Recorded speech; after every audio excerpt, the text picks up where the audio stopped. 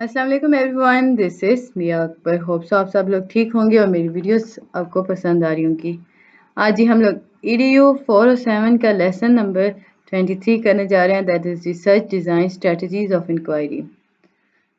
Topic 101 है आपके पास qualitative research design. इसमें सबसे पहला आपके पास जो आता है वो नैरेटिव रिसर्च है। नैरेटिव रिसर्च है क्या? बेसिकली ये एक ऐसी क्वालिटेटिव रिसर्च है जिसके अंदर आप स्टडी ऑफ लाइफ एक्सपीरियंस करते हो with help of stories of individual. अब इसमें क्या होता है कि आप दूसरों की कहानियाँ सुन रहे होते हो, इंफॉर्मेशन से उसमें से रिसीव कर रहे होते हो, इंटरप्रिएट कर रहे होते हो उनके मीनिंग्स। अब इससे होता क्या है कि इसका एम क्या है कि ये आपको दूसरों की लाइफ स्टोरीज के बारे में की हेल्प से आपको उनकी लाइफ के बारे में बताता है, या यूँ कह लें कि इसका मकसद ये है कि आप समझते हो दूसरों की लाइफ को इन स्टोरीज के बिहाफ पे।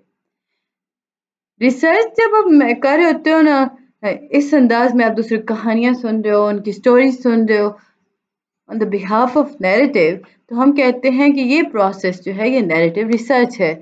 इसका प्राइमरी डेटा जो होता है वो नैरेटिव रिसर्च के अगर हम देखें तो वो लाइफ स्टोरीज होंगी। ये ऑब्टेन होती हैं with the help of interview, personal narrative recorded in diaries, insight gained from their life experience।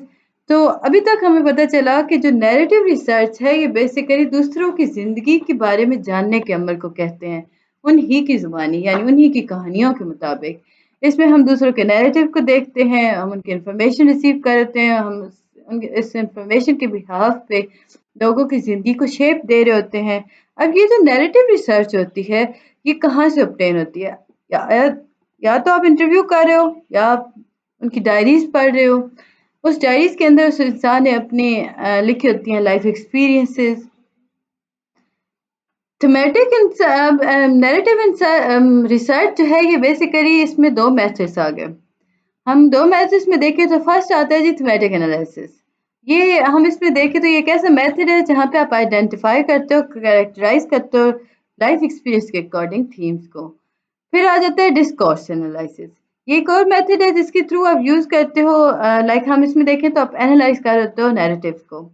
इसमें आप एम करते हो, अंडरस्टैंड कर रहे होते हो मीनिंग्स को, पैटर्न्स को, आप लाइफ एक्सपीरियंस को देख रहे हो कैसे उसने किसी भी इंसान की ज़िंदगी को शेप दिया था, इन्फ्लुएंस किया था।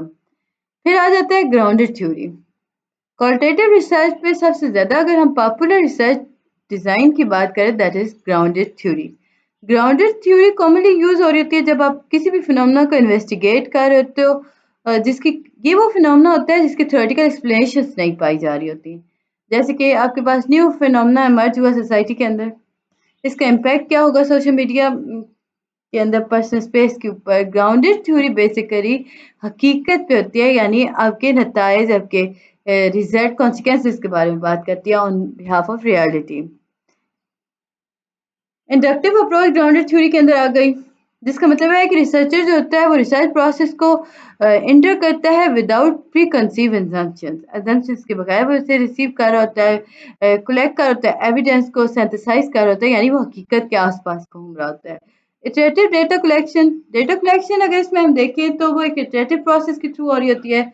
रिसर्चर यहाँ पे सिंगल पॉइंट इन टाइम के अकॉर्डिंग डेटा कलेक्ट नहीं कर रहा होता, बल्कि वो कंटिन्यूस वे के अंदर इंगेज हो रहा होता है, यानी वो डेटा कलेक्ट कर रहा होता है, एनालाइज कर रहा होता है, डेटा कलेक्शंस को फर्दर वो देख रहा होता है। इटरेटिव अप्रोच अगर हम देखें तो वो ओवरलुक्ड हो जाती है। कांस्टेंट कंपैरिजन, इसमें हम देखें तो रिसर्चर जो होता है वो एनालाइज करता है डेटा को जो कि मल्टीपल कॉन्टेक्स्ट, कम्युनिटीज और डाइवर्स ग्रुप ऑफ पीपल से आए थे, जिसमें देन वो उन्हें कंपेयर कर रहा होता है। थ्योरेटिकल सैचुरेशन, ग्राउंडेड थ्योरी जो है वो एम करती है रिसर्च को थ्योरेटिकल सैचुरेशंस के अंदर, जिसका मतलब ये हुआ कि रिसर्चर जो है वो एविडेंस को कलेक्ट करेगा, देन उन्हें वो देखेगा कि क्या इसके मैनिफेस्टेशंस इस फिनोमेना के क्या हैं, क्यों इमर्ज हुआ। इसमें अगर वो देखेगा मतलब कॉन्टेक्स्ट के अकॉर्डिंग बैकग्राउंड देखेगा। समरी के अंदाज में अगर हम देखें तो हम कहेंगे ग्राउंडेड थ्योरी जो है ये बेसिकली आपकी समझाती है, आपको एक्सप्लेन करती है किसी भी फिनोमेना को। अब ये फिनोमेना जो होते हैं जिनके ऊपर एग्जिस्टिंग थ्योरीज नहीं पाई जाती, रिसर्चर जो होते हैं वो inductive approach, iterative collect, attractively collect और एनालाइज डेटा कर रहे होते हैं, कांस्टेंट कंपैरिजन चल रहा होता है, थ्योरेटिकल सैचुरेशंस जारी होती हैं। फिर जी आपके पास आता है topic 103 phenomenology. Phenomenology basically qualitative research design के ऊपर ज़्यादा इसमें यूज़ हो रहा होता है, इसमें फोकस किया जाता है इंडिविजुअल के फर्स्ट हैंड एक्सपीरियंस को। ये नैरेटिव रिसर्च की तरह नहीं होती।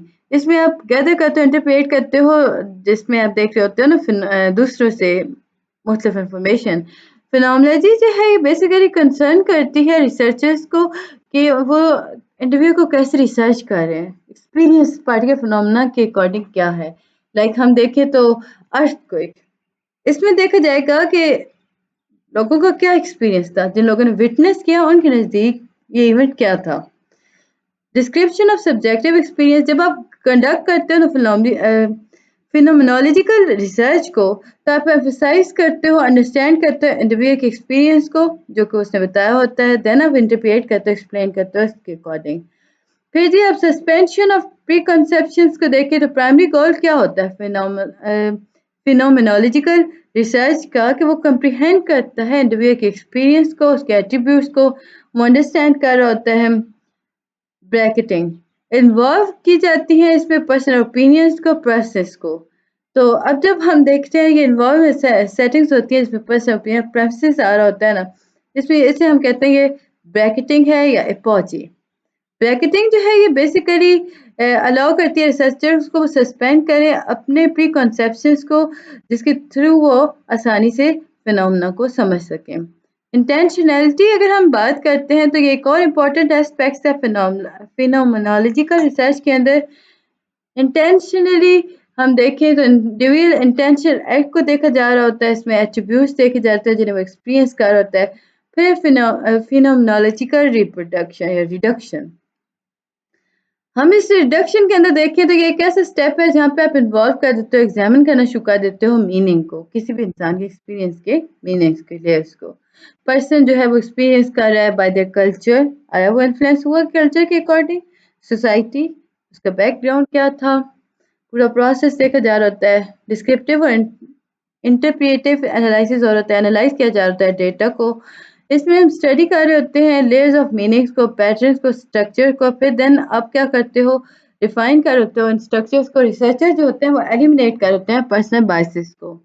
इसमें वो अब देखिए तो ये बहुत इंपॉर्टेंट होता है कि ये आपको प्रोसेस को फ्रेमवर्क क्रिएट कर होता है, अनबायस्ड रखता है, अनअफेक्ट रखता है, जिसकी मदद से रिसर्चर के इंटेंट और रिडक्शन सारे इंपॉर्टेंट आ जाते हैं सामने। अब आपके पास जी 6 इम्पॉर्टेंट स्टेप्स आ गए जो रिसर्चर्स जो होते हैं फिनोमेनोलॉजिकल रिसर्च करते हुए कंडक्ट करते हैं। फर्स्ट है जी एथनोग्राफी। इसमें अब अगर हम देखें तो ethnography basically qualitative research design है। इसमें आप स्टडी करते हो फिनोमेना को in term of their natural setting. इसमें कोई एक्सपेरिमेंटल, कोई आर्टिफिशियल अरेंजमेंट नहीं हो रही होती। ये फोकस करता है, अंडरस्टैंड करता है फिनोमेना को, नेचुरली वो कैसे अकर हुआ था।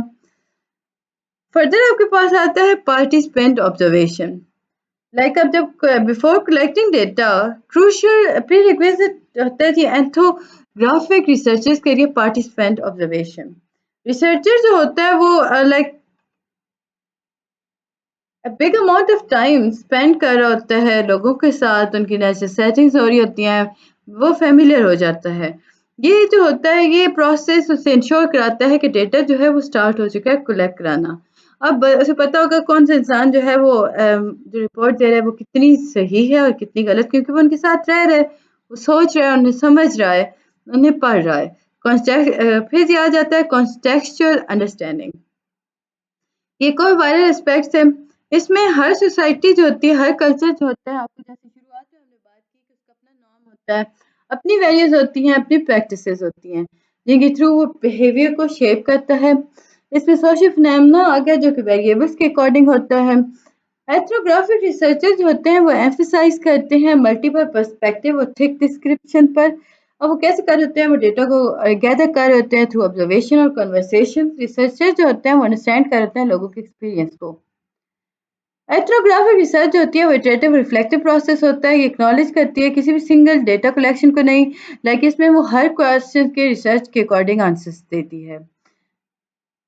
इसमें हम देखें तो ये जो इटरेट होते हैं इसमें कलेक्ट कर होते हैं, जिसमें आप एडिशनल डेटा को, डिफरेंट रिसोर्सेज को, इसे हम कहते हैं ये ट्रायंगुलेशन हो रही है इन्फॉर्मेशन की। ट्रायंगुलेशन है क्या? ये बेसिकली यहाँ पे हम देखें तो ये इन्फॉर्मेशन को कंपेयर कर रहा होता है मल्टीपल सोर्स से, ताकि वो क्रेडिबिलिटी को असेस कर सके। इन्फॉर्मेशन जो कन्वर्ज हो रही होती है, अलाइन हो रही होती है मल्टीपल सोर्सेज के अकॉर्डिंग, उन्हें कंसिडर किया जाता है ट्रस्टवर्दी। इस प्रोसेस के बाद रिसर्चर्स होते हैं वो फिल्टर करते हैं इन्फॉर्मेशन को, प्रोसीड करते हैं रिपोर्ट राइटिंग को, और देन लास्ट वैक्यूम इंफरेंस को ड्रॉ कर देते हैं। रिसर्चर जो होते हैं वो यूज़ करते हैं ट्रायंगुलेशंस को ताकि वो क्रेडिबिलिटी को असेस कर सकें, मीनिंगफुल इंटरेस्ट को लेके आ सकें। केस स्टडी रिसर्च था, तो केस स्टडी में अगर हम देखें तो आपके पास कैरेक्टरिस्टिक्स जो आए थे that is focus on specific case. First step था, जब भी आप किसी केस स्टडी करते हो सबसे पहले स्पेसिफिक केस पे फोकस करते हो। इंडिविजुअल क्या है, ग्रुप क्या है, ऑर्गेनाइजेशन, कम्युनिटी और इवेंट क्या है, सिचुएशन के अकॉर्डिंग यूनिकनेस क्या है। फिर है जी होलिस्टिक पर्सपेक्टिव। ये केस स्टडी को इंटेक कराता है, एग्जामिन कराता है, को सिलेक्ट करेगा मुख्तलिफ पर्सपेक्टिव को, मुख्तलिफ पर्सपेक्टिव में से एक खास पर्सपेक्टिव को उठाएगा। इसमें वो रिसर्च करेगा उसके social, culture, economic, organisation aspects को। होलिस्टिक पर्सपेक्टिव जो होता है ये एसेंशियल होता है किसी भी कम्प्लेक्सिटी को कैप्चर करने में, किसी भी फिनोमेना की रिचनेस को देखने में अंडर इन्वेस्टिगेशन। फिर आ जाता है इंडक्टिव रीजनिंग। इसमें यूनिकनेस ऑफ द केस को देखा जा रहा होता है। रिसर्चर यहाँ पे अप्रोच को नहीं यूज़ कर रहे होते। अब वो क्या करते हैं कि वो अडॉप्ट करते हैं इंडक्टिव अप्रोच को, जिसके थ्रू वो एनालाइज करते हैं डेटा को। ट्रायंगुलेशन ऑफ डेटा हम बात कर चुके हैं, मुख्तलिफ सोर्सेज से देखी जा रही होती हैं, वैलिडिटी और रिलायबिलिटी को देखा जा रहा है, यूनिकनेस एंड कॉन्टेक्चुअल इनसाइट। फिर जी आप देखते हो कि कॉन्टेक्स्ट है क्या, उसकी यूनिकनेस क्या है। रिसर्चर एक्सप्लोर कर रहे होते हैं रीजंस को इस केस के अकॉर्डिंग। उम्मीद है कि आपको ये चीज़ें समझ आ रही होंगी। काइंडली मेरे चैनल को लाइक और सब्सक्राइब कर दीजिएगा। मिलते हैं नेक्स्ट वीडियो में, तब तक के लिए अल्लाह हाफिज़।